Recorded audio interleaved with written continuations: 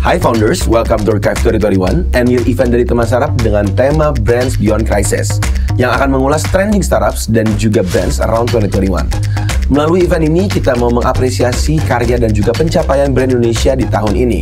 Event ini akan diselenggarakan pada tanggal 1 sampai 14 Desember yang akan diunggah di seluruh media sosial kita melalui Instagram, TikTok, YouTube, dan pastinya Noise, rumah konten audio Indonesia yang juga merupakan eksklusif audio platform untuk seluruh konten full version dari podcast Archive 2021.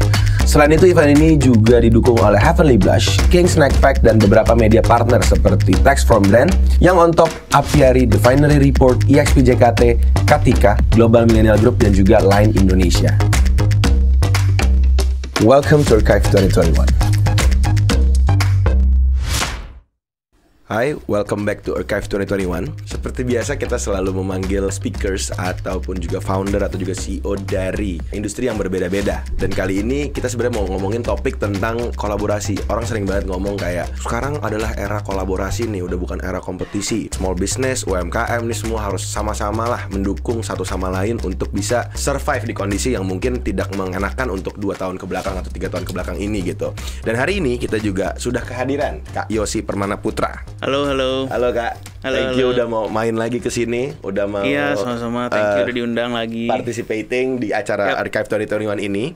Dan hari ini sebenarnya kita mau ngomongin dengan topik tuh growth hacking by brand collaboration. Tapi sebelumnya Kak, lu boleh nggak kenalin diri dulu? Mungkin teman-teman ada yang belum tahu. Halo semuanya, nama saya Yosi Permana Putra, biasa dipanggil Yosi. Aku itu co-founder dari Voyage Leather Goods, atau mungkin kalau ada beberapa perusahaan yang tahunya PT Lima Mahakarya Badi gitu. Jadi Voyage itu udah berdiri dari 2011, ownernya tuh berlima, jadi aku salah satunya aja. Dan kita baru belum lama inilah ya, di tahun ini kita merayakan ulang tahun ke-10 nih. Udah 10 tahun lah brandnya berdiri, PT-nya sudah sekitar 6 tahun berarti ya. 5-6 tahun lah. Berarti ada bocoran sedikit kalau udah ulang tahun ke-10 berarti sidang skripsinya udah 10 tahun yang lalu ya berarti. Iya betul, berarti saya sudah makin berumur lah.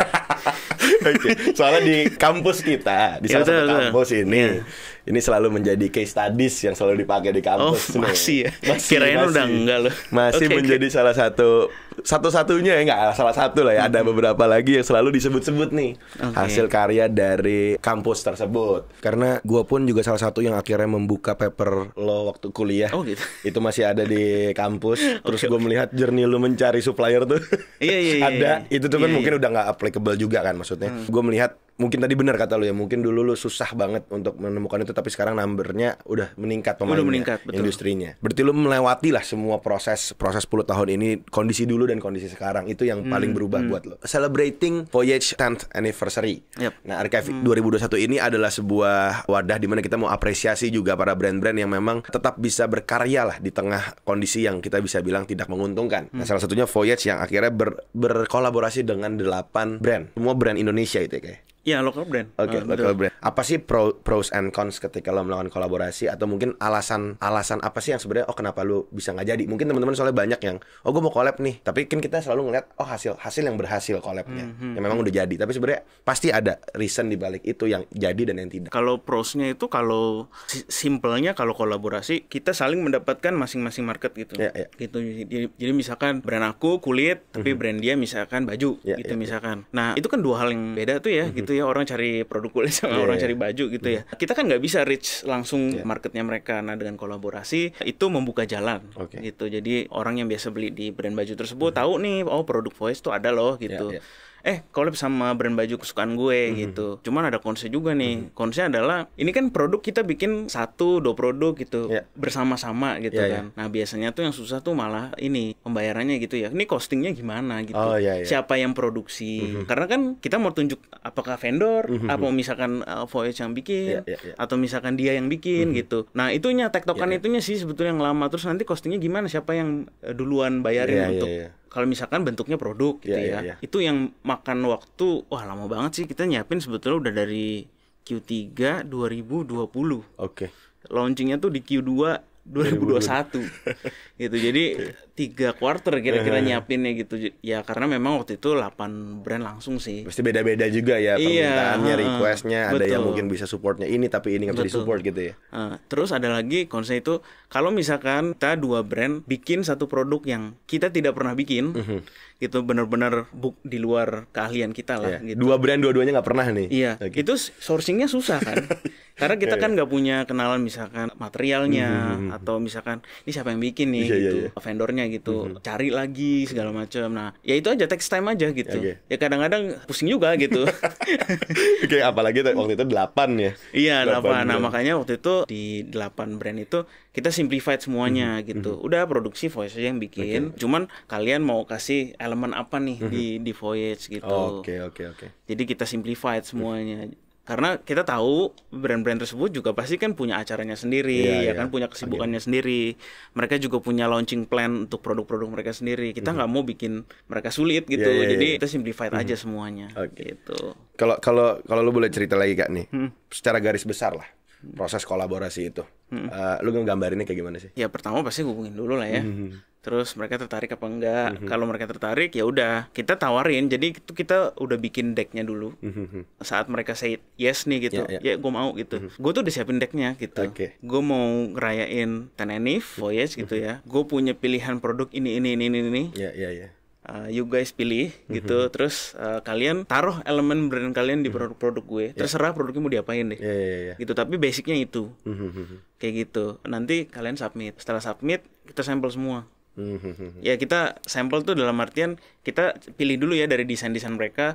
Oh ini kita nggak bisa bikin nih, nggak visible gitu. Atau oke, ini udah visible, bisa lanjut sampling. Nah habis sampling ya udah setuju. Ya udah kita ngomongin bareng habis itu ini mau marketing ini gimana, karena mereka kan pasti punya channel marketing sendiri-sendiri ya. Mereka mau bantu nggak gitu. Channel mereka mau kasih apa, marketing apa gitu. Kita juga gitu kan. Nah habis itu ya udah, habis itu launching. Dan ini gitu. Waktu itu ya banyak ketemunya virtual semua ya. Iya. Ngobrol. Gue ngebayang lagi capeknya tuh ngobrol kayak gini tapi online terus sih. Iya. Agak mute lagi. Belum ke-mute Pak, belum di-unmute. Iya, tapi waktu itu sih kan kita bagi-bagi ya kerjanya. Jadi satu misalkan si A itu sama 2 brand, ini sama 2 brand. Jadi nggak terlalu sampai yang pusing-pusing gimana banget lah gitu. Tapi gue setuju sih, misalnya tadi kenapa gue mempertanyakan sebenarnya secara garis besar. Mungkin orang suka banget sekarang ngomongin, tadi gue buka di awal, kolaborasi, sekarang era kolaborasi. Tadi dengan lo menawarkan pertama dan orang ketika kedua lo dia bilang iya dan sudah kirim deck, itu udah sangat mempermudah. Karena menurut gue kalau banyak orang yang mungkin masih salah kaprah atau mungkin salah langkah kali ya gue bilangnya. Ojek collab yuk Kak. Misalnya gue hari ini ngomong ke lo, Kak collab yuk Kak. Ya mau collab apa? Ya kita omongin dulu aja. Kan lama ya, maksudnya gue nggak tahu lu mau ngajakin gue apa, gue juga punya agenda gitu. But at least ketika kayak yaudah Kak collab yuk apa, ini gue menawarkan gini, lu mau apa enggak gitu. At least lu udah bawa something yang memang lu mau tawarkan gitu. Dan pastinya di penawaran itu ya lu harus ada benefit buat parties lah. Gak mungkin cuman kayak Kak ayo dong sini, tapi lu nggak nawarin apa-apa ke dia, ya ngapain, lo juga punya agenda sendiri gitu. Ya itu hal-hal yang mungkin masih ya sering dilakukan lah ya, mistake-mistake yang sering dilakukan gitu. Tapi kalau kita ngomongin juga tentang image lah ya, kalau kita ngomong image dari brand, ketika lo menentukan kolaborasi atau partner tadi, bagaimana sih lo menggambarkan pemilihan brand image-nya supaya bisa karena ini kolaborasi ini akan bisa dibilang plan well lah. Ini sih di ugly side-nya gitu ya. Kan kalau mungkin buat brand yang baru mulai gitu atau kita bisa bilang startup gitu, pengennya kan collab-nya sama langsung brand besar gitu kan, supaya dapat exposure yang lebih Indomie gitu mau. Ya contoh lah ya, kita nggak ngomong lah misalkan sama brand yang udah gede banget gitu. Kan pertanyaan big question-nya kan adalah si brand besarnya itu mau nggak sama kita gitu. Kita punya value apa sampai dia mau gitu. Nah sebenarnya itu sih masalah yang aku lihat rumit gitu ya. Kalau saat mau kolaborasi. Nah si Voyage ini dari dulu kalau mau kolaborasi sampai sekarang itu kita selalu lihat dulu nih dia ini kira-kira udah di stage mana dalam sebuah bisnis gitu. Apakah dia udah yang stable gitu atau dia masih growing. Ya kita lihat gitu loh. Karena kalau baru mulai rata-rata sih kita biasanya sih enggak gitu. Biasanya gitu. Ya ini kita mah jujur-jujuran aja ya gitu. Bahkan itu dari awal. Maksudnya dari awal. Jadi kita lebih milih yang growth atau enggak ya udah stable. Oke. Kayak gitu. Karena spiritnya kalau menurut gue ya, spiritnya tuh sama soalnya. Oke, iya. Gitu. Beda sama yang baru mulai Di nih. pace yang sama lah ya. Iya, jadi karena punya spirit yang sama gitu atau punya visi yang sama gitu. Jadi lebih enak aja, jadi lebih cepet aja gitu loh kolaborasinya gitu dan hasilnya juga lebih bagus. Apalagi ya mungkin lebih ke personalnya juga ya gitu. Penting juga soalnya itu penting banget gitu. Maksudnya di balik brand itu kan ada ya kayak gue kan ada ownernya, lu juga sebagai owner gitu kan. Kayak gimana sih gitu. Orangnya ini enak gak sih ya? Maksudnya untuk diajak kerjasama gitu. Karena ini kan kayak kawin kontrak lah ya. Iya. Gitu. Iya benar-benar. Gitu. Tapi sebenarnya kawin kontrak tuh apa sih? Gak usah. Ngerti ya. Gitu. Jadi kayak untuk sementara waktu kita kan jalan berdampingan nih gitu. Kalau dari nggak usah sama ownernya deh, dari timnya aja, dari tim kita sama tim mereka jalannya kurang jalan gitu ya, maksudnya pace-nya berbeda, pincang gitu. Nanti hasilnya juga biasanya sih kurang maksimal gitu. Udah pace-nya orang yang mungkin susah diajak ngobrol misalnya, terus kayak emang nggak cocok. Mungkin nggak salah ya, bukan dia jelek kita bagus, tapi emang nggak sesuai aja sama culture-nya gitu ya. Akhirnya jadi susah tuh buat jalan gitu. Bener-bener kayak kawin kontrak tadi. Karena memang di project ini ya lo membutuhkan ada dua kepala jadi satu gitu, dua tim jadi satu gitu. Betul. Nah, tapi dari seluruh kolaborasi lah, dari kolaborasi 8 brand tadi, apa sih output yang lo harapkan selain dari celebrating? Awareness ya pasti. Gitu. Karena kan 8 brand loh gitu. Mereka kan punya marketing channel yang masing-masing dan besar gitu loh. Jadi kita pengen ya, dan sebelumnya ya memang kita belum pernah nih, ada yang belum pernah juga kolaborasi dengan mereka gitu. Jadi kita manfaatin momen ini untuk ya sama-sama lah, apalagi di kondisi yang sulit ya. Kan 2021 awal tuh ya, sekitar Maret atau April gitu ya. Jadi itu masih kondisi yang sulit gitu buat semuanya. Ya udah yuk kita sama-sama yuk marketingin bareng-bareng, mumpung ada si 10NF ini. Jadi semuanya tuh gila-gilaan marketingin gitu loh. Ini ada ini loh. Terus sampai bikin video gitu. Gitu. Jadi dan itu di-blast ke sosial media masing-masing lah gitu, dan marketing channel yang lain gitu. Dan itu efeknya sih luar biasa sih gitu. Jadi instead of produknya aja yang laku gitu, tapi misalkan kalau ada yang kayak Voice kan ada B2B projectnya juga ya, kita terima orderan dari big companies untuk bikin misalkan free gift atau misalkan mereka mau ada acara gitu, mereka perlu hadiah atau produk. Itu benar-benar jadi terbuka banget gitu.